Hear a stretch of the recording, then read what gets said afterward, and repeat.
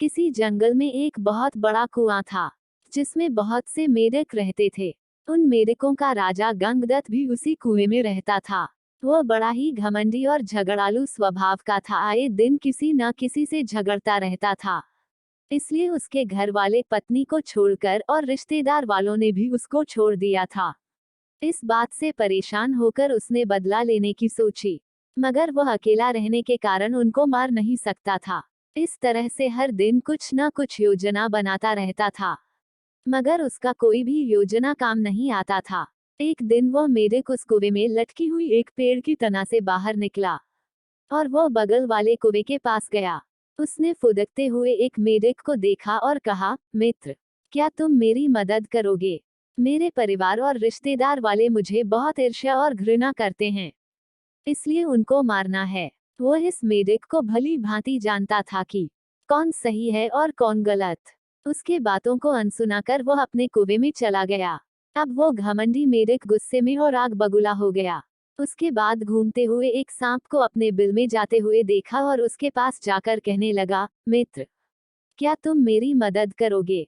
सांप ने कहा, अरे मेढक, तुम जानते हो हम दोनों स्वाभाविक रूप से दुश्मन हैं, फिर भी तुम मेरे पास मदद के लिए आए हो। अगर खा गया तो? मेढक कहता है, मित्र, मेरे अपने ही शत्रु बन गए हैं तो दूसरे शत्रु से डरना कैसा? इसलिए आपके पास मदद लिए आया हूँ।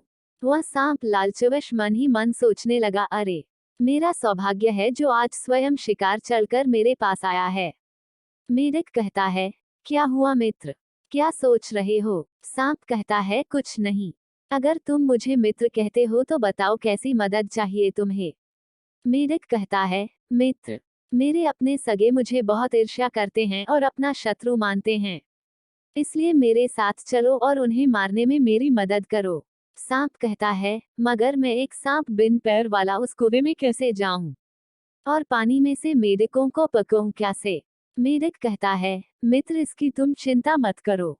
मैं एक राजा हूँ और सभी रास्ते को देखा है मैंने।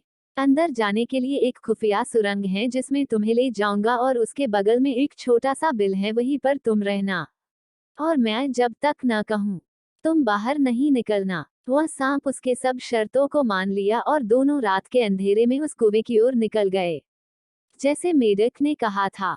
ठीक उसी प्रकार उस सुरंग के रास्ते से जाकर वह सांप उस बिल में छुप गया और दूसरे दिन मेढक ने अपने सारे दुश्मनों को उस सांप को बताया। वह सांप सभी मेढकों को एक सप्ताह तक एक एक करके खाने लगा। गंगदत्त के सारे दुश्मन अब खत्म हो गए। फिर सांप ने कहा, मित्र और मेढक लाओ, मुझे अब रोज खाने की आदत हो गई, नहीं मिला तो मुझे नींद नहीं आती है। वह गंगदत्त मेढक घबरा गया और कहा, अरे, मैंने यह क्या कर दिया? मुसीबत को अपने ही घर बुला ले आया। यह तो और मेढकों की मांग कर रहा है। वह सांप दोबारा चिल्लाने लगा और कहा, क्या हुआ? अभी तक मेरा भोजन क्यों नहीं आया? वह मेढक आया और कहा, मित्र, मेरे सभी शत्रु तो समाप्त हो गए, इसलिए इस कुएं के अन्य मेढक को रोज एक एक करके भेजूंगा। उसके बाद वह मेढक अपने कुएं के अन्य मेढकों को बहला फुसलाकर एक एक करके रोज उसके सामने ले आता और वह सांप मेढकों को चाव से खाता और डकार लेता। कुछ दिन बाद सारे मेढक समाप्त हो गए, सिवाय गंगदत्त मेढक और उसकी पत्नी के। दूसरे दिन वह सांप अपने बिल से निकलकर कहता है, अरे मेढक के बच्चे, कहाँ है मेरा भोजन? जल्दी से लाओ। मेढक कहता है, मित्र, सब मेढक तो खत्म हो गए हैं, इसलिए आप यहाँ से चले जाओ।